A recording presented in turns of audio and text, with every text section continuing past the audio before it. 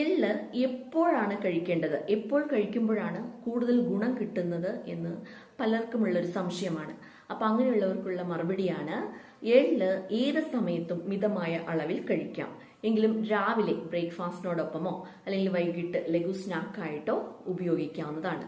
അതുപോലെ ഏത് പ്രായക്കാർക്കും കഴിക്കാൻ പറ്റുന്ന ഒന്നാണ് എള്ള്. കുട്ടികൾക്കും മുതിർന്നവർക്കും അതുപോലെ സ്ത്രീകൾക്കും പുരുഷന്മാർക്കും എല്ലാം എള്ള് കഴിക്കാൻ പറ്റുന്ന ഒന്നാണ്. പിന്നെ സ്ത്രീകളുടെ ആരോഗ്യത്തിന്, അതായത് ആർത്തവ സംബന്ധമായ പല പ്രശ്നങ്ങൾക്കും പരിഹാരം നൽകാൻ എള്ളിന് കഴിയും.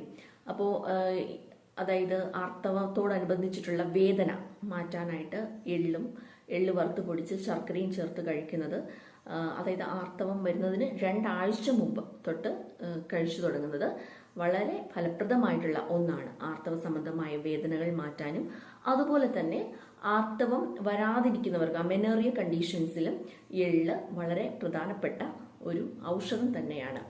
ആയുർവേദത്തിൽ എള്ളിന്റെ കഷായം തന്നെയുണ്ട്.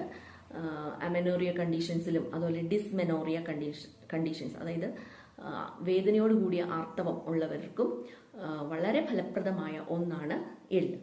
ഇനി എള്ളിന്റെ ദോഷവശങ്ങൾ, അതായത് അമിതമായിട്ട് ഉപയോഗിച്ചാൽ ഉണ്ടാകുന്ന പ്രശ്നങ്ങൾ എന്തെല്ലാമാണ് എന്ന് വെച്ചാൽ, ചിലപ്പോൾ വയറിളക്കം ഉണ്ടാകാം, വയറുവേദന ഉണ്ടാകാം, വയർവീക്കം ഉണ്ടാകാം.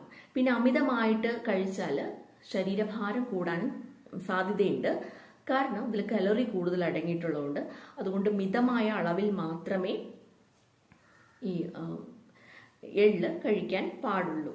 ഇനി ആർക്കൊക്കെ കഴിക്കാൻ പാടില്ല എന്ന് വെച്ചാൽ, ഈ സീഡിന് അലർജി ഉള്ളവര്, അതായത് എള്ള് കഴിച്ചു കഴിയുമ്പോൾ ചൊറിഞ്ഞു തടിച്ചു വരിക, അതുപോലെ ശ്വാസമുട്ട് അനുഭവപ്പെടുക, അങ്ങനെ അലർജിക്കായിട്ടുള്ളവർക്ക് എള്ള് കഴിക്കാൻ പാടില്ല.